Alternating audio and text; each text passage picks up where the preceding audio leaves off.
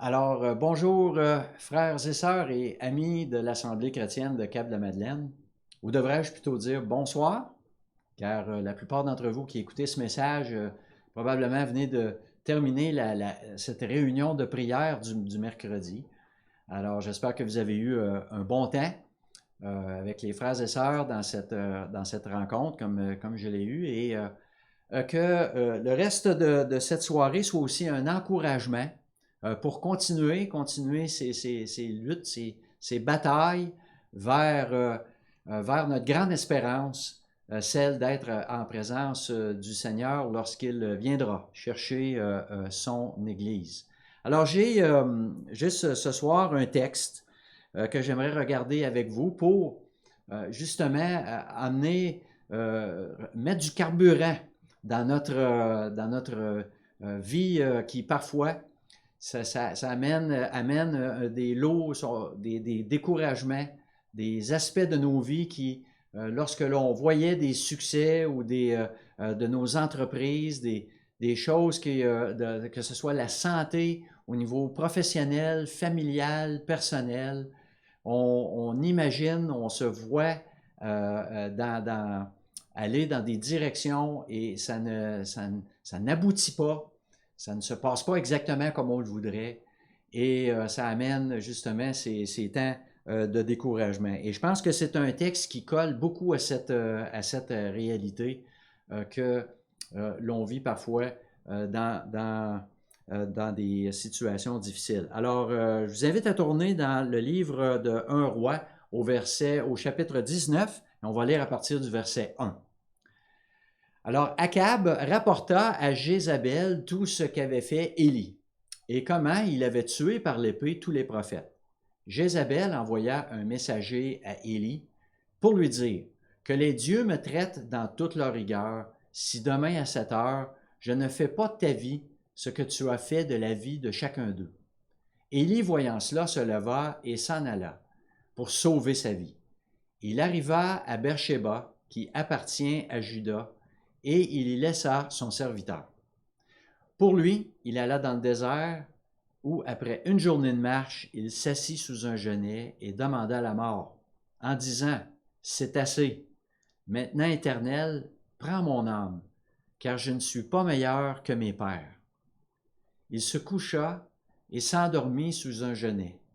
Et voici, un ange le toucha et lui dit, « Lève-toi, mange. » Il regarda, et il y avait à son chevet un gâteau cuit sur des pierres chauffées et une cruche d'eau.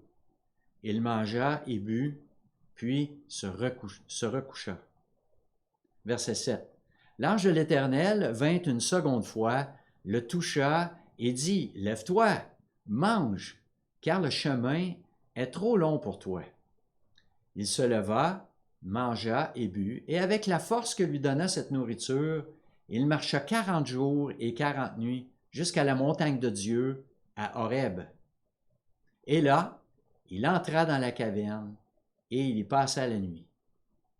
Alors, je vais m'arrêter là avant de continuer au verset 9, parce que je pense qu'on a une bonne mise en situation de justement ce scénario où on a Élie qui venait d'avoir une grande victoire face au défi qu'on lui avait lancé pour démontrer, faire la démonstration que l'Éternel était le seul vrai Dieu.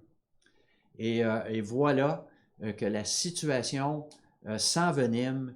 Élie pensait que tout allait changer, que sa victoire allait amener un changement de régime en Israël, mais non, la reine, la méchante reine Jézabel se ressaisit, redouble d'ardeur et de frayeur à l'égard du prophète Élie en prononçant une sentence de mort sur lui.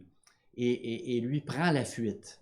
Et pour probablement la première fois dans son ministère, Élie s'en va dans une mission sans les instructions de l'Éternel. Il prend la fuite, mais il a quelque chose en tête. Il sait où il s'en va et dans son cœur, il a des choses, il y a des choses qui l'amène à penser il aurait dû être meilleur que ses ancêtres par rapport à ce qui est arrivé. Mais Dieu a préparé quelque chose pour lui malgré sa fuite. Dieu prépare quelque chose et il lui prépare même ce qu'il a besoin pour faire le voyage. Même dans cette situation-là imparfaite, Dieu l'accompagne jusqu'à l'endroit où Élie veut aller.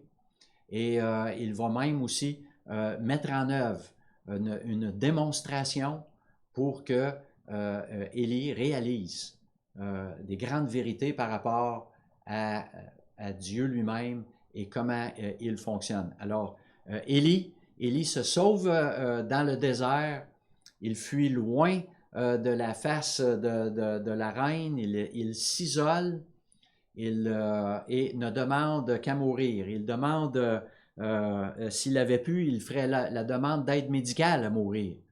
C'est ce que j'entendais à la radio ce matin, cette animatrice qui disait que dans bien des résidences de personnes âgées, les CHSLD, c'est une des réalités que le personnel témoigne, que les gens en âge avancé disent qu'ils n'ont plus rien, ils sont esselés, ils ont peur et demandent qu'à mourir. C'est la seule chose qu'il leur reste, c'est cette aide médicale à mourir dans cette vieillesse où ils n'ont plus et ils ne voient plus rien pour eux. Alors, c'est d'une tristesse d'entendre cela, et c'est un peu dans cet état d'esprit que Élie est après cette défaite. Il ne comprend pas pourquoi, et même il ose se comparer à ses ancêtres dans une quête vers cette montagne où il sait très bien Dieu s'était manifesté à cet endroit, à son peuple, après la sortie d'Égypte, après la traversée de la mer Rouge, et la voix de l'Éternel qui faisait trembler le sol, le feu sur la montagne, et il avait comme besoin de sentir cette puissance pour avoir une forme de regain de vie. On ne sait trop. Alors, il arrive à cette montagne, mais il se fait poser la question, « Que fais-tu ici, Élie? » Et on voit par la suite au verset 9, on continue, « Et voici, la parole de l'Éternel lui fut adressée, en ces mots, « Que fais-tu ici, Élie? » Il répondit, « J'ai déployé mon zèle pour l'Éternel, le Dieu des armées, car les enfants d'Israël ont abandonné ton alliance, ils ont renversé tes autels, ils ont tué par l'épée tes prophètes. Je suis resté, moi seul, et ils cherchent à m'ôter la vie. » L'Éternel dit, « Sors, et tiens-toi dans la montagne devant l'Éternel. » Et voici l'Éternel passa, et devant l'Éternel, il eut un vent fort et violent qui déchirait les montagnes et brisait les rochers. L'Éternel n'était pas dans le vent. Et après le vent, ce fut un tremblement de terre. L'Éternel n'était pas dans le tremblement de terre. Et après le tremblement de terre, un feu. L'Éternel n'était pas dans le feu. Et après le feu, un murmure doux et léger. Quand Élie l'entendit, il s'enveloppa le visage dans son manteau. Il sortit et se tint à l'entrée de la caverne.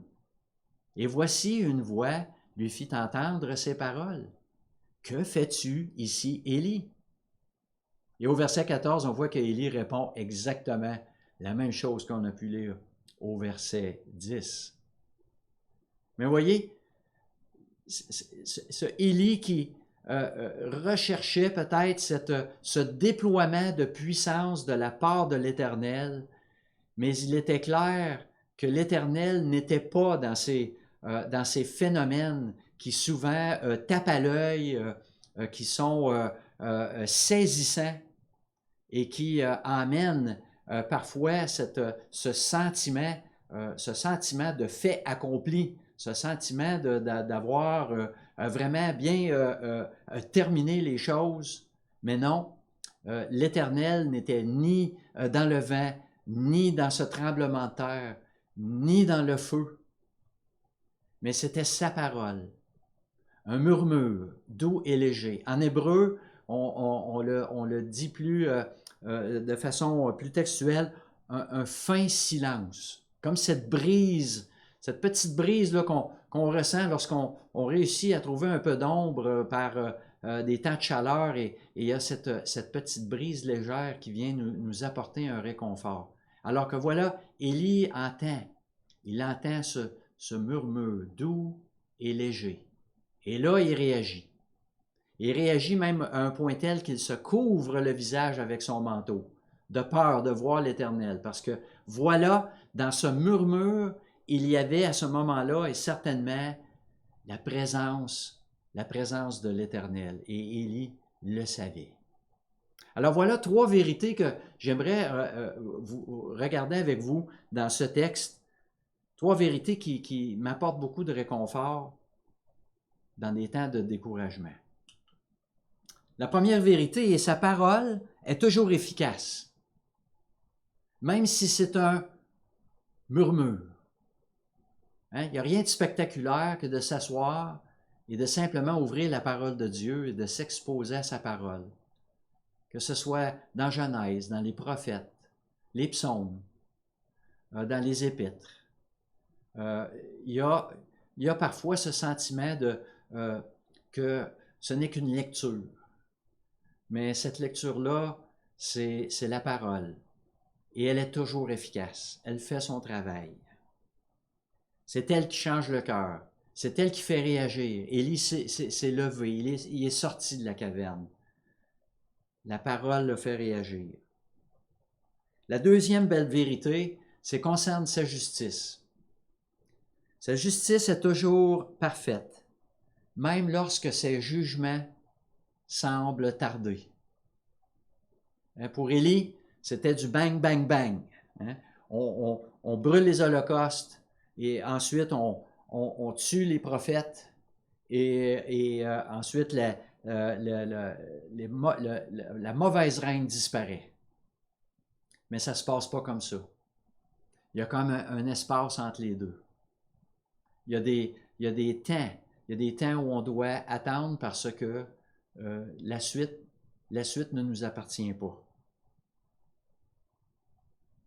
Et le troisième, son plan est toujours en marche. Alors dans cette attente-là, c'est pas parce qu'il se passe rien. Et on a peut-être la tendance d'avoir à répondre comme Élie ce discours en voulant dire t'es-tu au courant de ce qui se passe? Regarde qu'est-ce qui est arrivé. Et puis là, moi, je fais quoi? Alors, on peut avoir ces réactions dans la chair, dans le sang, comme celle-là, mais toujours réaliser que le plan est en marche. Dieu, pendant ce temps-là, avait préparé des hommes. Et voilà qu'au verset 15, 16 et 17, Dieu explique donne ses instructions, donne la suite à Élie concernant son plan et que d'autres hommes allaient prendre la relève. Azaël, Jéhu et Élisée. Alors voilà que la suite ne lui appartenait pas, mais que Dieu avait déjà mis en branle, avait préparé des hommes pour exécuter son plan. Et j'aimerais simplement terminer en réfléchissant par rapport à le travail que Dieu fait, non seulement dans nos vies, mais lorsqu'on regarde l'Église. Lorsque on voit à travers le temps qu'il y a eu énormément de croissance dans l'Église, lorsqu'il y a eu des temps de persécution, lorsque l'Église a vécu des temps d'adversité, il y avait une propagation de l'Évangile à travers les dispersions. Et si on ne fait qu'une comparaison de l'Église de l'Occident avec celle de l'Orient, on voit nettement que les églises qui sont dans des régimes de persécution connaissent une croissance qui font rougir les églises de l'Europe et de l'Amérique. Et que penser de la croix lorsque Christ était crucifié et que tous ses disciples avaient abandonné? Alors pour ces hommes et ces femmes qui étaient au pied de la croix, qui observaient de loin et qui espéraient une libération du joug romain, du rétablissement de ce royaume tant attendu, et voilà, la défaite pour eux était cuisante. Ça allait se terminer là. Les minutes étaient comptées pour ce sauveur en lequel ils avaient beaucoup d'espérance. Mais voilà que pour Dieu, c'était le moment. C'était le moment fatidique où son Fils bien-aimé a accompli son plan de rédemption à la perfection. Et où l'homme voyait la défaite, la victoire s'accomplissait. Cette victoire-là dans laquelle Christ allait porter nos péchés et allait nous apporter cette vie éternelle à travers sa résurrection. Alors soyons encouragés par ces trois vérités, que sa parole est toujours efficace, même si c'est un murmure, que sa justice est toujours parfaite, même si ses jugements semblent tarder, et que son plan est toujours en marche, même si la situation autour de nous semble désespérée. Prions. Merci Seigneur pour ce récit de ce prophète qui, malgré une grande victoire sur le mont Carmel, cet homme a vécu le désespoir à un point tel de demander à se faire enlever la vie. Seigneur, il y en a de nombreux sur cette planète, même au Québec, qui vivent des temps de désespoir et qui ne demandent qu'à mourir. Seigneur, quelle tristesse. Alors, on veut prier pour eux, Seigneur, afin que tu te révèles à eux d'une façon toute particulière, comme tu l'as fait à Élie, à travers ce murmure doux et léger, afin qu'ils puissent entendre ta voix dans tout ce tumulte et naître en eux un espoir, une espérance qui ne vient point d'eux, ni de l'homme, ni des gouvernements, ni des technologies, mais cet espoir qui vient de toi, Jésus-Christ, seul Sauveur et Seigneur. Alors oui, Seigneur, révèle-toi à eux, fais-leur du bien, bénis ton Église, fais du bien à nos cœurs dans ces temps de pandémie, dans ces temps de difficultés, toutes sortes de choses se passent, Seigneur, on se pose des questions, on est découragé parfois. Alors, Seigneur, parle à nos cœurs. On a besoin de ce murmure doux et léger. C'est en Jésus-Christ, ton Fils, que nous te prions. Amen.